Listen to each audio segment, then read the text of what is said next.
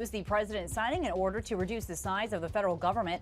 Trump speaking alongside billionaire Elon Musk as the president's efforts to reshape the government faces pushback from judges and lawmakers across this country. Our Rachel Scott was able to question Musk at the White House earlier. Take a listen.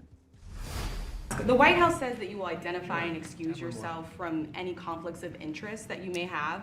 Does that mean that you are in effect policing yourself? What are the checks and balances that are in place to ensure that there is accountability and transparency? No. Well, we actually are trying to be as transparent as possible. In fact, our actions, we post our actions to the Doge handle on X and to the Doge website. So all of our actions are maximally transparent. In fact, I don't think there's been, I don't know of a case where an organization has been more transparent than the Doge organization. All right. She also went on to ask him, Christian, specifically about how he's looking into the Pentagon. We know that he has several Pentagon contracts, especially with SpaceX. But again, he reiterated what he believes is his efforts, and he thinks they're quite successful in being transparent. And also, he doesn't think it's a conflict of interest.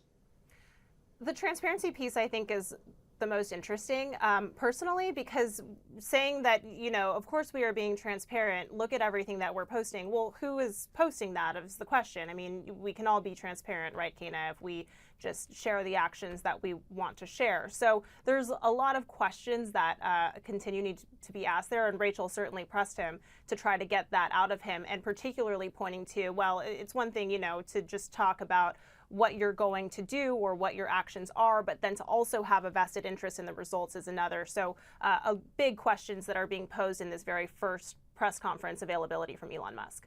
Certainly, and he also said that if you see a deal with SpaceX that is not the best value for the taxpayer, let me know here. But again, he pointed the finger right there at SpaceX, which we know he is responsible for. But also, let's talk a little bit about this executive order that was signed. Right, this is the idea here to significantly reduce the size of government, and this will be in lockstep with Doge, as they call it, Workforce Optimization Initiative.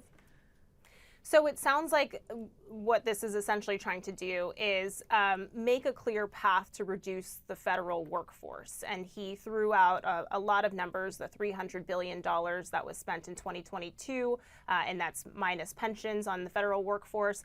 And also just the 2.2, I believe is the number that he put out, 2 million roughly federal workers that we have minus active duty military. So that has been a really strong part of his message in this Department of Government Efficiency poll, and you're starting to see a little bit of what their plan is to try to make this more integrated in different departments. And so listing out that agencies will have agency heads consult with Doge, whether, you know, these are all questions that are yet to be answered as to how that partnership will work, how willing some agency heads would be to share certain information. We've seen some of that play out in the courts already. And then when we talk about the workforce overall, you know, there's a hiring freeze that was implemented on day one. Once that is lifted, Doge is saying that in order to reduce the unnecessary footprint of the government after the hiring freeze, only one employee should be hired for every 4 departures.